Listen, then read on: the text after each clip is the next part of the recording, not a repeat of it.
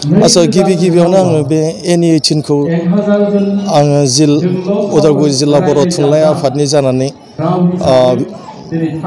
नोंथांनिसिम मानखौ बावग्रोनाय थाबाय। दा दिनै 10 नभेम्बर बर' थुनलाइ आफादनि गोथार जोनोम सान। बे जोनोम साना जोंहा 1952 मायथाइनि दिनैनि बे सम 10 नभेम्बर बे खालारावनो जोनोम होनाय जादोंमोन आरो बै समनिफ्रायनो दिनैसिमबो जोंनि बर' माहारिया जोंनि बे बर' थुनलाइ बा बर' साहित्य सभा बे जोनोम सानखौ बोसोरै खुंबोगासिनो दं गाजा गोमजायै। दा बिनि असिला लानानै जोंनि उदालगुरि जिल्लायाबो मोनफ्रोमबो प्राइमारियाव जोंनि उदालगुरि जिल्लाया गासै 25 प्राइमारि दङ। बुंनो थाङोबा सारा आसामाव जोंनि उदालगुरि जिल्लायानो बांसिन अनजिमानि गुदि बर' थुनलाइ आफाद दङ। बे गुदि बर' थुनलाइ आफादफ्रा दिनै खोब गाजा गोमजायैनो खुंफुंदों। दा मख'नो गोनाङा बेनो दिनै जोंनि बर' थुनलाइ आफादा मा मावदों गोबाङानो जोंनियाव सोंथि सोङो।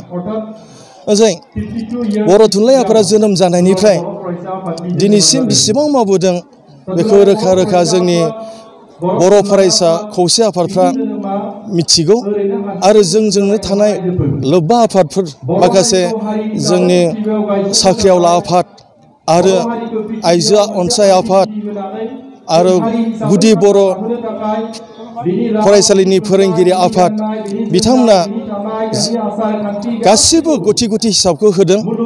जों बाख्नायगोन दिनै बर' थुनलाइ आफादनि गेजेरजों जोंनि बर' माहारिनि गेजेराव जेसेबांखिनि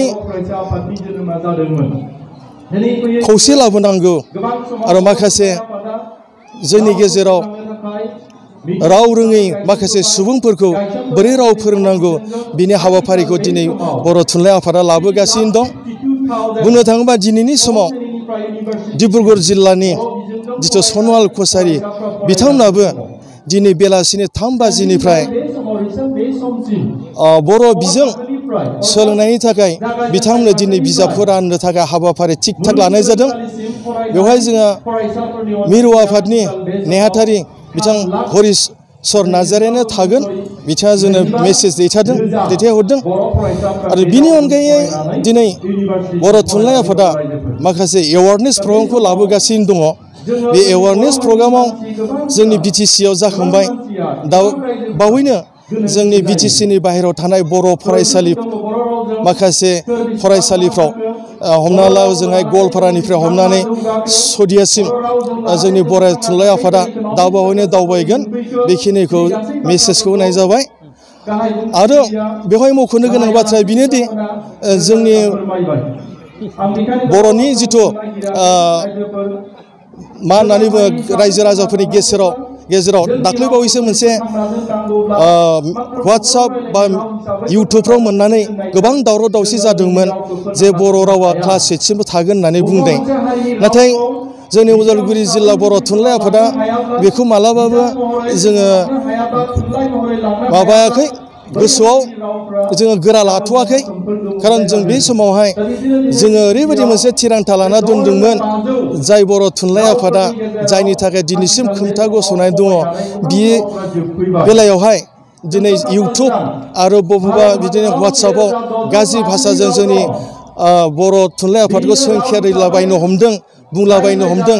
जों बेफोराव खोब गोसो धैर्ययै थानानै जोङो बै रायजो राजाफोरखौ जों दिनैनि दिनाव दिनैनि बे 10 नभेम्बर सानाव जोङो बुजायफिननो हमदों रायजो राजाफोरखौ।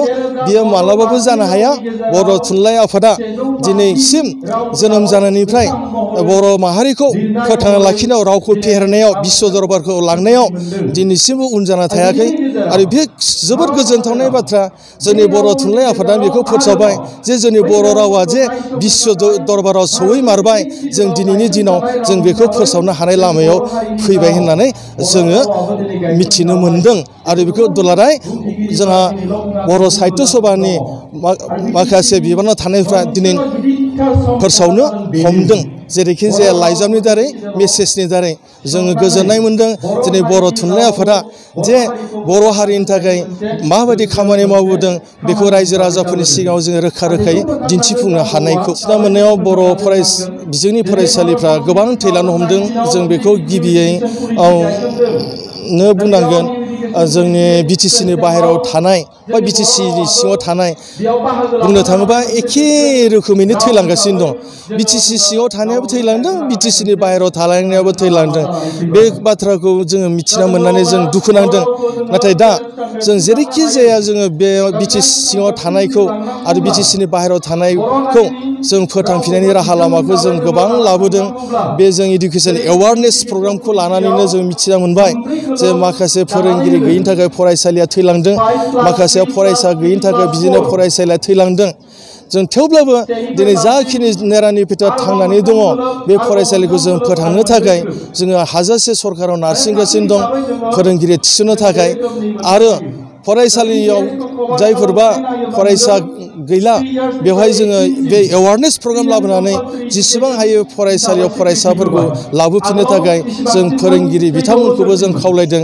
गामि गामि थांनानै मोनसे एवारनेस प्रग्राम लानानै फरायसाफोरखौ लाबोफिननो थाखाय जों आसा खालामदों दा जिखिनि जोंनाव थांनानै दंसै बेखिनिया अरायथा थांनानै थागोन आरो दा जाखिनि जा सरकारि जानो गोनां दं दाख्लै बावैसो जिथु जोंनाव उदालगुरि जिल्लायावहाय मोनसे माने भिजिट मोनसे माने स्पट मोनसे माबा भेरिफिकेसन जानानै थांबाय डिसिनि आन्दारावहाय दा बेवहाय जों खोनानो मोन्दों जोंनि गोबां फरायसालियानो थालांसिबावगोन होननानै जों खोनानो मोन्दों नाथाय जाखिनि भेरिफिकेसननि थाखाय फरायसालिनि मुं फैदोंमोन जों आसा खालामो बिथांमोना गासैबो सरकारि जानाय लामाखौ थागोन जों उदालगुरि जिल्ला बर' थुनलाइ आफादनिफ्राय हाजासे नांगौ बायदि बिथांमोनखौ जोङो हेफाजाब होदों आरो हेफाजाब होनायाव दं आरो जोंनि फरायसालिखौ बिजोंखौ जों फोथांनायाव अराय सम जों नाजागासिनो दं आं बेखिनिखौ दिनै नोंथांमोननो मिथिहोबाय